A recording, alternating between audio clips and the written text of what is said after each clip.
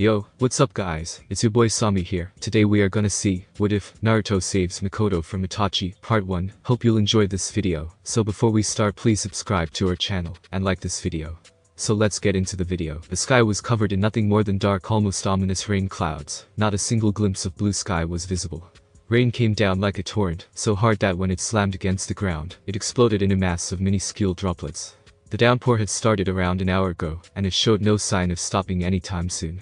Mikoto let out a breath as she walked down the main street of the village hidden in the leaves, black umbrella held over her head in an attempt to remain dry. Her simple light purple summer dress fluttered in the wind, and with a sigh, she quickly berated herself for her choice of attire. Yet how could she have known the weather would take this turn? It had been sunny when she had left the compound. It seemed like such a simple idea at the time. They were running out of some of their essentials, mainly food.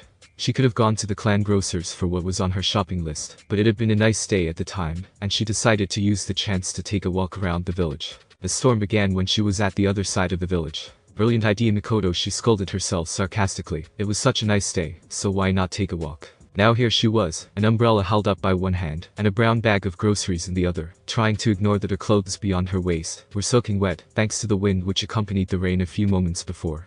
It was almost like whatever deity who controlled the elements was adamantly against her returning to the compound, but Mikoto was nothing if not stubborn. She still had to make dinner, and if she was right, then her husband and eldest son would already be at home waiting for her.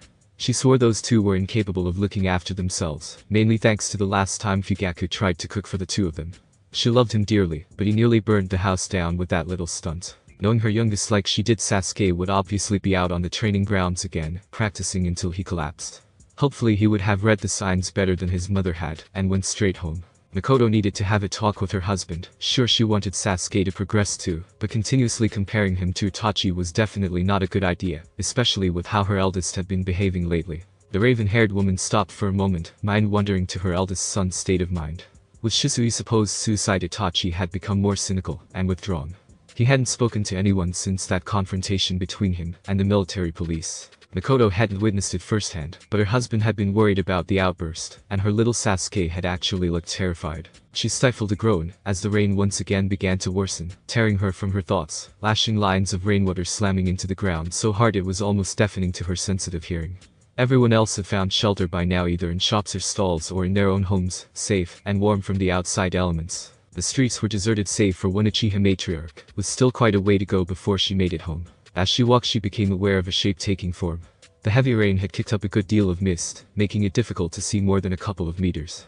The shape was sitting at the side of the road, back leaning against the wooden wall of one of the main street stands.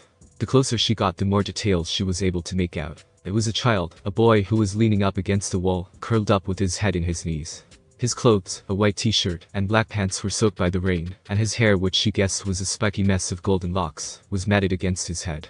She took a few more steps, and found that the boy was shivering. It was only when she was right alongside him that her sharp eyes caught a glimpse of his face, and she immediately recognized him. Every adult in Konoha knew who this child was, and the curse he carried. Mikoto knew deep down that she shouldn't shun this child. She did know enough about the arts of Kenjutsu to tell the difference between the kunai and the scroll which carried it. Yet like every other adult in the village, she still remembered, and she still had very vivid nightmares about that night. The suffocating raw aura of a biju, silence of the dead, and the screams of the dying, the destruction wrought by just a few moments of the creature's sudden appearance in the very center of the hidden village. It was that very reason that made Mikoto Uchiha keep walking. She would never bully or harass the child, but the matriarch considered she might never really get the urge to help him either. The thought gave her a twinge of guilt, considering who the boy's mother was. Yet before she continued on her way, she saw something. The boy's face wasn't completely hidden, and Mikoto saw tanned skin and slightly puffy cheeks, which reminded her so much of Kushina, if not for the whisker marks which adorned them. That was not what made her decision. It was his eyes, twin Deadpools which should have been sparkling azure.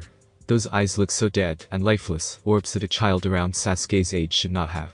They were the eyes of someone on the threshold of sanity and insanity, lost in loneliness and isolation, suffering and neglect. Mikoto made it an additional 5 steps, and then stopped. She stood there, her conscience having a tug of war with her mind. She sighed, biting her bottom lip anxiously before turning around to look into those orbs once more. At that moment, the Uchiha matriarch made a decision. She walked over to the child, and with a slight movement, held the umbrella over his head, stopping the rain from its assault. The child's head rose slightly at the sudden end to the icy droplets, before looking up in time to see a slender hand held out for him. His head rose further to see a beautiful woman with dark eyes and raven hair looking down at him. It wasn't a look he was accustomed to. There was no hatred, disdain or resentment in her eyes. Only the old man had looked at him with that expression before. She spoke with a honeyed voice. "What are you doing out here by yourself?" It took the boy a few moments to process the information, and then he shrugged and mumbled a reply. "I don't have anywhere to go." She tilted her head to the side, as if thinking about something, and then she spoke again. "What's your name?" He hesitated a moment, giving her a piercing look before replying, "Naruto." She felt like smacking herself. Kushina had told her exactly what she was going to call her firstborn. She was adamant that the child would be called Naruto, whether it be a boy or a girl. Something about some silly little book she had read. What was it called? Oh yes, Tales of the Gutsy Ninja. Mikoto had read it, or been forced to read it, and she had to admit that it was a good book. The only problem was that it had been published in a time when everyone had been recovering from the aftermath of the Third Shinobi World War. There was next to no money at the time to purchase such small luxuries, and tales of shinobi fighting against a more powerful village for peace were not really welcome in the general population. "Well, Naruto," she continued after a moment, "you really shouldn't be out here in this weather, you'll catch a cold." The boy didn't answer, probably thinking she'll get tired of acting nice, and eventually leave. No one outside of a certain few was ever nice to him, but he failed to notice two important things. One, that being a mother of two had given Mikoto an abundance of patience, and two, that she had a stubborn streak almost as notorious as her late best friend. Sometimes she wondered if she had caught it from being around the Redeeds so much. There was also a third. She wasn't acting. Mikoto sighed at the boy, so unused to being shown kindness that he must have thought of it as a trick. It made her heart sink ever so slightly. She crouched down before him, and made him look her in the eyes. Chocolate brown met cerulean blue for a handful of moments, and a slender hand slowly and gently took his smaller one. Then she asked him the question. "Do you live near here?" For a moment the blonde considered just telling her to go away and leave him alone, but something stopped him. The softness in her eyes, such a stark contrast from the scathing glares he knew for most of his life, made him slowly and tentatively nod his head. "Will you let me take you home?" The boy's apartment was located in one of the poorer districts of the village, not a suburb which would be considered a slum, for there were no such places in a hidden village, but it was still one of the places where those born with less tended to live. The buildings were far older than the structures in her clan's compound, paint was cracked and chipped, roofs were missing tiles, and the wood was dulled by age. Yet the buildings were in fairly good condition overall, and the tightly packed buildings made the suburb seem a little homely. This was definitely one of Konoha's older districts, perhaps going as far back as the founding of the village itself. Naruto's apartment was located on the top floor of an old apartment complex, and just by letting him cautiously guide her up the steps she knew that it was sparsely populated. After all, who would want to live in the same vicinity as someone who was cursed to carry a monster? Mikoto felt her heart ache just a little bit more for this child. The apartment itself was not overly large, yet it wasn't very small either. It was a simple setup with 2 rooms, a joint bedroom kitchen with the only real furniture being a single bed, and a second-hand sofa, all in good condition. The kitchen half had a breakfast bar, as well as cupboards for food, a fridge, freezer, and washing machine, all second-hand, but like the furniture in the bedroom also in a decent state. The second room was a small bathroom containing a shower, bath, sink, and toilet. It was in pretty good condition, other than the colorful clothes strewn about, and the empty food cups which covered the bar. Sitting down on the sofa, she ordered lightly, and after a moment of frowning the blonde complied. Mikoto searched through the strewn clothes for a towel, and found one after a few moments. She walked over to the blonde, and began to dry him with the towel. The poor little guy tried to look defiant, but when he was shivering like a leaf, it made his attempt almost comical. After a moment he spoke up, the toughness and defiance giving way to confusion. "Oi, Ni-chan." Mikoto hummed in reply, noticing how skinny he was even for an 8-year-old. "Well, why are you?" The blonde looked a little like a scared rabbit. "Why am I helping you?" Mikoto smiled sadly at that. He was so unused to an act of kindness that it frightened him. After a while he tentatively nodded, finding something immensely interesting with the far wall. It was so adorable. "Do I need a reason to help someone in need?" "Well, no," he replied, sheepishly scratching his left cheek with a nervous smile. "It's just that no one besides the old man has ever really been nice to me before." She smiled softly at that, trying so hard to keep the sadness of that hard truth from reaching her eyes. "Well then there's a first time for everything, right Naruto-kun?" The blush tinged his cheeks. "Why yeah." He smiled back, a little nervous, but it was a nice smile. It was then that the Uchiha matriarch thought of something. "When was the last time you had something to eat?" The blonde shrugged, and she frowned before looking over at the slightly wet brown bag carrying her groceries. A shrug could mean that he couldn't remember, or perhaps it was a defensive gesture he did when he was with strangers. She was a stranger after all. After a moment she decided she had enough at home to make something for her family later. "Go, and take a warm shower, dry yourself off while I prepare you something, okay?" Once again the young child hesitated, but after a moment nodded his head, hopping off the couch, and walking into the bathroom, giving her another curious glance before closing the door. There were a few moments of silence before she heard the sounds of running water and the odd creak of pipes. The Uchiha matriarch noticed the tiniest shimmer of movement from the large fire tree across the street. She knew there was always an Anbu presence watching over the boy, and they were definitely keeping an eye on her to make sure her intentions were genuine. Mikoto looked over the disheveled and messy apartment, once again wondering what the heck she was doing. A dozen different reasons swarmed through her head. Even if the kid was the host to the most powerful of tailed beasts, that didn't mean he was the creature he carried. He was just an innocent child who was forced to hold a creature capable of almost biblical destruction and malice. Another reason was maybe she felt like she owed her friend, now dead for 8 years. Maybe it was the look she saw when she was about to walk past him, those hollow eyes, and pitiful expression, almost screaming why? Or maybe it was a strange mixture of all three reasons, and some others. Whatever the reason Mikoto had found herself here, maybe it was something in her consciousness giving her a little nudge. Who knows these things? All she knew is that she was here, now, and decided to do something about it. The first thing she did was clean his room, picking the scattered clothes on the floor, and folding them up before setting them on the bed. Like most mothers, she usually found herself cleaning out of habit. Next she checked the cupboards in his small and sweet kitchen, and felt her nose twitch in slight agitation, before a bemused smile fell into place. There was nothing in the cupboards, but cups of instant ramen. Definitely Kushina's son. Shaking her head, she quickly disposed of the small cluster of empty ramen cups into the half-full bin, before walking over to her small grocery bag, and removing the food within. She had planned to cook a basic dinner for her family that evening: rice, fish fillet, pickles, miso soup, seasoned sheets of seaweed, and soybeans. Time to get to work. He looked so innocent when he was asleep, so much like the child he was meant to be. It was almost unthinkable to believe this young child held within him a demonic entity capable of demolishing mountains and summoning tsunamis with a simple flick of its 9 tails. Mikoto pondered this, as she tucked him into bed, watching him sleep in peace for perhaps the first time in a long time. He looked so calm, peaceful, and happy. A far cry from the lonely child with deadening eyes she chanced upon on the street, a child who seemed to be frightened by acts of kindness, almost to the point where he thought they were some evil joke. She shook her head at the thought, giving him one last look, and smiling when the expression on his face reminded her of an old friend who looked the exact same way when she was asleep. How much she missed her friend, even now. Sighing, Uchiha Mikoto rose from her place, and walked from the small bedroom, gripping the handle of her umbrella, as she made her way to the front door. It was almost 11 o'clock in the evening. Her family must be starving to death right now. Fugaku and Itachi were fine ninja, gifted warriors, yet they couldn't even boil rice without the proper supervision, namely her supervision. Silently she opened the door, stepped out, closed it, locked it, and secreted the key alongside a note under the doorframe. The key was the one to his apartment.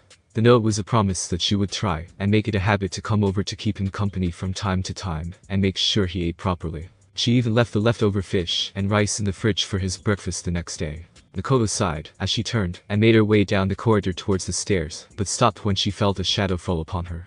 She spun around, hair flailing in time to see a single figure standing perfectly on the banister between the top floor level and the deep drop below.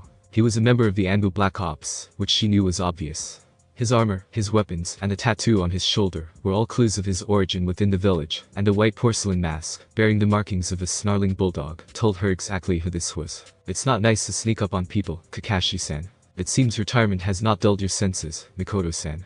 The scarecrow replied, as he reached up and removed his mask, revealing another mask of dark cloth covering the lower half of his face. His left eye, the one holding a Beto Uchiha Sharingan hidden by his Konoha headband, is placed diagonally along his face. Despite popular belief, I still keep my fitness up, Kakashi-san. She replied without fear or hesitation. Mikoto Uchiha still had a lot of pride in her abilities as a ninja, even if she had to give it up after the arranged marriage with Fugaku. I'm as good now as I was before I retired, and my Sharingan is sharper than then. Kakashi hummed, as he looked upon her with a lack of intimidation. One would expect no less from the A-rank ninja Kakashi of the Sharingan Eye. He was better known than most of those who gained the Sharingan naturally. I don't doubt that for a moment. Mikoto kept his neutral gaze for about 10 seconds, before deciding that she had better, and more pressing things to do. Turning around, she walked down the corridor, and was about to take her first step down the stairs, when Kakashi's voice forced her to stop. It wasn't necessarily intimidating, but it was an open question. What are you planning to do with Naruto? She stopped mid-step, and turned around to look at him. His one visible eye was full of intensity, like a coiled predator, and ready to pounce. She would expect no less than someone of Kakashi's ability and work ethic, especially when it came to the son of his late sensei. Nothing much really, she replied flippantly, her dark eyes not leaving nor flinching from his. I'm just going to help him out every now and then, cook him the odd meal, make sure he's eating right, and let him know that there is someone in this village who actually cares about him. What brought this on?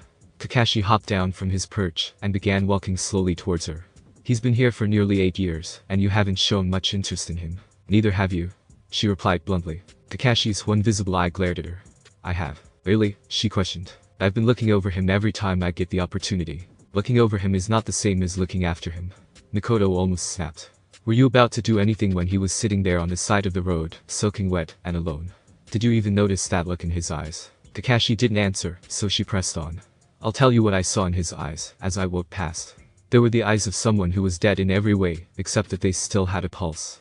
I saw that look in the eyes of a fully grown shinobi who came back alive when everyone else they knew didn't. Those are not eyes a child should have. Shinobi showed no emotions. That was one of the most basic rules of their code, but Mikoto wished that Kakashi would show some kind of emotion right now, otherwise she was feeling a compelling urge to deck him. I just started my shift an hour ago, he said simply. I see your point, but I'll ask you again. What plans do you have for Naruto? None whatsoever, she replied steadfastly. Kakashi sighed, and scratched the back of his head. You know I'll have to inform Hokage-sama about this. Please do, and if he wants to question me about it I'll be happy to answer. She replied, as she turned around, and began walking down the stairs.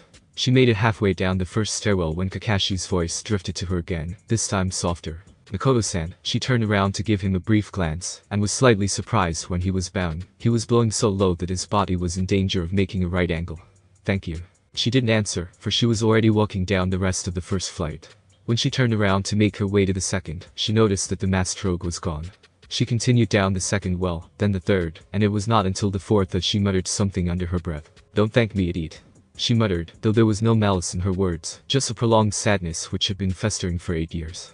I should have made a stand years ago. She had expected a summons from the Hokage, there was no way around it.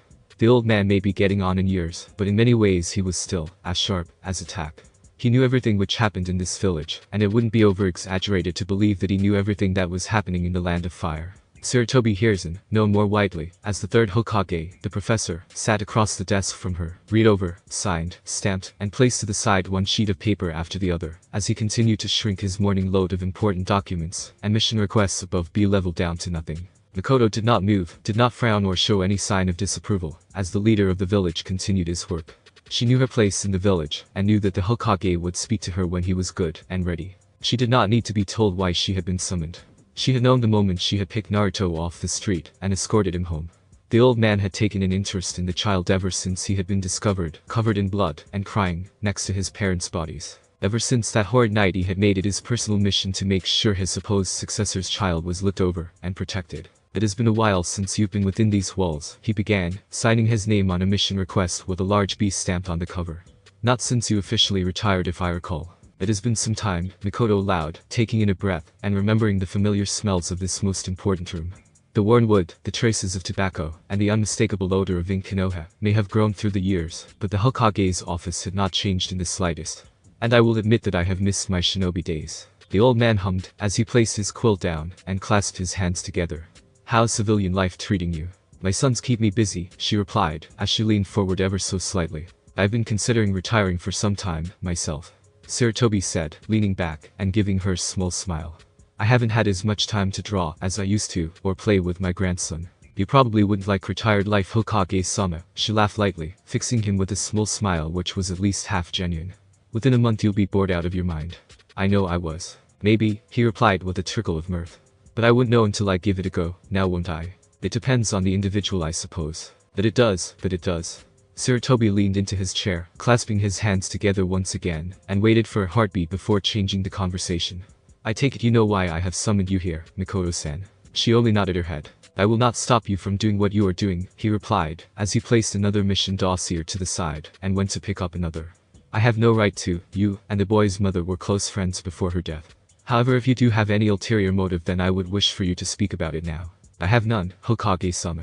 Mikoto replied with a sigh, leaning back against her chair, permission to speak freely. Granted, I will admit that I have felt the same way as many others concerning the child at one point. She said those words with a hint of melancholy. Kushina was a dear friend, no matter what others choose to believe, and I miss her even now. I suppose for a time I blamed Naruto for her death. I knew he wasn't Kyuubi, but still. You still blamed him. She nodded. I am ashamed to admit it, but for a time I did. What changed? She smiled, but it was a sad smile, seeing him sitting on a curb in the middle of the night under the pouring rain. I was going to walk right by him, but then I saw something no one his age should have. What did he have? The Hokage was still doing his paperwork, but there was a tiredness in his gaze now. Eyes like ours, Hokage-sama, she replied. Eyes of someone who is losing his grip on reality, eyes of someone who looks a hair's breadth away from giving up on living. No one that young should have those eyes. So is it out of pity? At first, yes, she replied, and the Hokage had to remember that this was Mikoto Uchiha sitting across from him, a woman who was known in her shinobi days to be, as blunt as they come, someone who spoke their mind, even if her thoughts were at odds with her superiors. But then I spent some time with him. What did you see? I saw so much of Kushina in him that it almost frightened me. She smiled sadly at the memories. He may look like his father, but he also has so much of his mother in him. The way he speaks, acts, walks, the glimmer of stubbornness in his eyes, but also of the greatest compassion. He is very much his mother's son. The old man chuckled, lifting his head from his work to give her his full attention for the first time during the meeting. He is, isn't he? She smiled. Oh yes, definitely. The old man coughed before giving her a piercing look. Will you keep an eye on him for me, Mikoto-san? I'm not asking for anything over the top, as I know you have a few boys of your own, but I feel that Naruto needs a little stability. I was going to do so whether you wished me to or not, she replied, giving him a wry look. But to hear, the old man replied with a grin.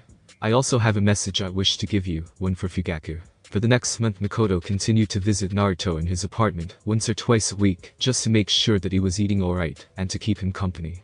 Over that month the boy began to open up to her more, letting his mental defenses down in her presence while she cooked for him, shopped for him, and occasionally helped him clean out his apartment. The Hokage had sent her no word since their first meeting, though she knew that Kakashi continued to report her presence around the young Jinchuriki. She did not receive any additional summons for a meeting, or any increase in Anbu activity around the apartment block.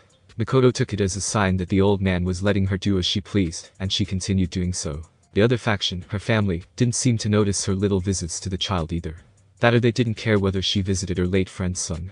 Her husband had said nothing of it, and her sons didn't seem to mind much either. Sasuke had once asked where she had been when she was out a little later than she planned, but she just smiled, and told him that she was helping out a friend, and he accepted without much of a fuss, though with a cute little pout. That reminded her, Naruto. Yay, auntie. She smiled at that. Ever since she was able to get him to lower his defenses, he had begun calling her auntie. It had happened rather suddenly, and blatantly, and she had been surprised when he first used it, but she didn't complain about it, and since then he had used it with gusto. You're in the first year of the academy, right? You bet, he replied with a grin, face smeared with the sauce from the ramen she made. She sighed, took out a handkerchief, and leaned over the table to rub it from his face. He gave a little complaint, but he didn't pull away. You're in the same class as Uchiha, Sasuke, right? He frowned at the name. Yay. She smiled teasingly. So he is in your class. Yay, he is. So, what do you think of him? Ha. Sasuke. Oh, Naruto folded his arms, and frowned, in deep thought. It was one of her lessons he had taken to heart. Think before you talk. He's alright, I guess. He's really strong, and talented, but he doesn't hang out with anybody. All he does is train, and he doesn't talk to anybody either. She sighed at that. Itachi had the same problem, though with him shooting through the academy like a thrown kunai, he hadn't really had much of a childhood, before he was ushered into the shinobi corps. It wasn't something she liked, but Fugaku saw it, as the Uchiha prowess in overdrive, and the council weren't much better. He's my son. She sighed, as she leaned against the table, supporting her head with a hand, as she closed her eyes, and thought to herself. Really? Naruto asked with wide-eyed curiosity before his features settled into a frown, as he thought. Then he stared at her for a moment, which made her raise her brow, and then thought again. He does look a little like you, I guess, but he doesn't act like you at all. Really? She asked with a playful smile. He nodded in a very sure manner. He then brought his fingers from his right hand, and began counting off differences between her and her son, and by the time he was finished she was trying her hardest not to laugh, and failing miserably. Hey, he cried childishly. What's so funny? She raised her hand to stop him, still trying not to laugh, and just regaining control of her functions. It's nothing, but thank you anyway. She reached over, and ruffled his blonde hair. You are so sweet. He groaned at that, but he didn't pull away. I tell you what, she began, watching, as he raised his head to look at her with an inquisitive gaze. How about I bring Sasuke over next time, introduce you to. Naruto might be exactly what her youngest needed, a friend. It was a bit of a risk considering their personalities were so different, but she had a feeling that if she gave the two of them a chance they might just hit it off. Her little boy needed a friend. He needed to be weeded off this whole Uchiha antisocial complex her clan seemed to be having lately, and Naruto needed a friend too for that matter, so it was killing two birds with one stone. He frowned, before looking into her eyes which she knew were a little too hopeful, and then down again, blushing ever so slightly. I guess. She smiled. Right, I'll bring him over next time. He nodded his head, blushing still. Don't let your ramen get cold, kiddo. He was asleep. Mikoto smiled, as she closed the door to his apartment, locked it, and secreted the key under the panel alongside a note telling him that there was leftover beef in the fridge. She looked up at the moon overhead. It was the middle of winter now, and the days were getting shorter. "Hello Kakashi," she greeted, just before he landed on the railing behind her. "Good evening, Mikoto-sama," he replied, one visible eye closing, as he smiled. "Yes Mikoto," she countered, turning to him with a smile of her own. "Naruto is in bed, and fast asleep." "Good to know," the copy-nin replied with a nod, before looking out over the city. "It's quiet tonight." Mikoto looked out over the urban setting of the village, the masses of wooden apartment blocks, as tall as the one she was standing on, light flowing through so many windows to show that they were occupied with people going about their usual routine. The surrounding streets are illuminated by the low glow of torchlight. It was all so quiet and peaceful, not the chirp of a cricket nor the muffled voices of the people. It was far too quiet, almost ominously quiet. Mikoto didn't like it. There was something wrong, something foul in the air. "Perhaps I should escort you home," Kakashi said at last, as he hopped down from his perch on the railing. "I couldn't ask you to do such a thing." "Don't worry about it," he waved it off. "What about Naruto?" she asked with a worried frown. "He's asleep and safe," Kakashi replied, as he walked past her. "I have a few of my summoned hounds keeping an eye on the apartment." Mikoto looked at the younger man for a moment before sighing in defeat and nodding her head, allowing him to lead her through the apartment, out onto the street, and onward through the suburbs of the hidden village. The Uchiha matriarch looked around, noticing that it was indeed truly silent. She stuffed her hands into her coat and lowered her head just under her upturned collar. The silence was unsettling. "So you're thinking of introducing Naruto to your son?" Kakashi asked, as they walked. Mikoto nodded her head. Both seemed to have trouble making friends. Perhaps they can help each other. "The plan," Kakashi nodded, eyes curled up into a smile. "Thank you for looking after him lately." "It's my pleasure," the matriarch replied with a shrug. The last month had allowed her to really talk to Kakashi, and she found that he was not the villain her clan seemed to make him out to be. He was down to earth, loyal to a fault, and had the look about him that said that there was a lot in his young life that he would like to do differently. "No, I mean it," the copy-nin continued. "Ever since you started looking out for him he has changed, looks happier, and brighter than he has in a long time." "Why don't you introduce yourself to Kakashi?" Mikoto asked, seeing the man stiffen ever so slightly. She continued on regardless. "I believe he would be happy to meet a member of the Anbu Black Ops, and a former pupil of the 4th to boot." "I'm not worthy," Kakashi replied simply, but didn't add any more. Mikoto frowned at him for a long moment. "Because you're afraid." He looked at her incredulously. "Afraid?" "Yes, you lost your friends, and sensei, that's something people don't get over quickly," Mikoto pointed out. "You're afraid of letting anyone else in, afraid that they might die on you, right?" He didn't answer. Mikoto sighed. "Showing respect for the dead is one thing, Kakashi. Lamenting their deaths for the rest of your life is another, and not something I think they would want you to do. You've been around that boy too long." She sighed. "He's quite perceptive when he doesn't wear the mask of the fool. You see it too, huh?" She nodded. "Do you know how he began wearing that mask?" "With the life that he's lived," Mikoto shook her head. "It could be any one of 100 things." Kakashi looked up at the night sky. You could be right about that." Blood, the ground was saturated with it. It flowed through the streets like minuscule rivers of crimson seeping into the earth. The bodies lay where they fell, some on their sides, clutching at deadly wounds, others on their backs, and others on their stomachs, all bearing slash marks, and stab wounds which were as precise as they were deadly. Not a single person was spared, men, women, children, elderly, and the infant, even family pets. Shinobi and civilians alike lay unmoving either in the street outside, on the timber floors of their home. Some were even hanging from the rooftops of the compound, kunai and shuriken held in white-knuckle grips. Itachi Uchiha looked at this scene with a total lack of emotion, as he backpedaled, sidestepping a desperate stab from a kunai, before bringing his ninja 2 up in a sweeping arc, decapitating the chunin who had attempted to end his life. A second cousin if he remembered. He ducked a powerful horizontal swing, and spun, stabbing his blade into the neck of another of his clansmen. There was an explosion of blood, as he removed the sword from the dead man's throat. He counted the number who fell to his blade at about 89, about 2/3 of his clan.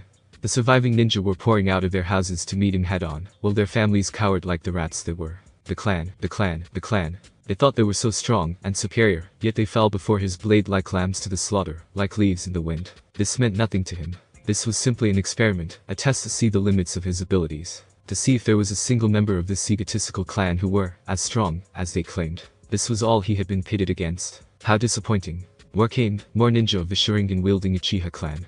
Genin, Chunin, and Chunin-level ninja with a diverse array of abilities granted to them, either by their experience on the field or by their Sharingan eyes. More came, and more bodies fell to the blood-soaked earth, joining their family in oblivion. Itachi took a deep breath, and looked up at the moon, his new eyes seeing one doused in a torrent of crimson, as if the sky itself were bleeding. The Mangekyou Sharingan had opened his eyes more than he had thought possible. The power granted to him by taking his best friend's life was exhilarating, and now he would finish what he had started. First he would kill every last one of this clan, then his father and mother, but not his brother. Sasuke was the only one who was capable of activating the same eyes as he currently possessed. He needed his little brother to hate him, and once he awakened his own Mangekyou Sharingan, then Itachi would take his eyes and gain the ultimate permanent power. The coppery scent of blood was rife in the air as he strode into his own home, searching through the corridors and rooms like a wrathful spirit as he hunted down the last 2 Uchiha on his hit list. All that remained was for him to execute his father and mother, and this test would be complete. Finally he reached his destination. A storehouse at the back of the manor was the only place left in the grounds where he hadn't looked. He pushed the double doors open with little effort and looked within. His father sat cross-legged on a tatami mat in the center of the room, an empty cup of tea set to his left, and a sheathed katana on his right. Gyugaku Uchiha looked up at Itachi. "So you finally come, my son. Thanks for watching my video. Leave a like if you enjoyed my video, and also do consider subscribing to my channel for more awesome content. See you next time, till then sayonara."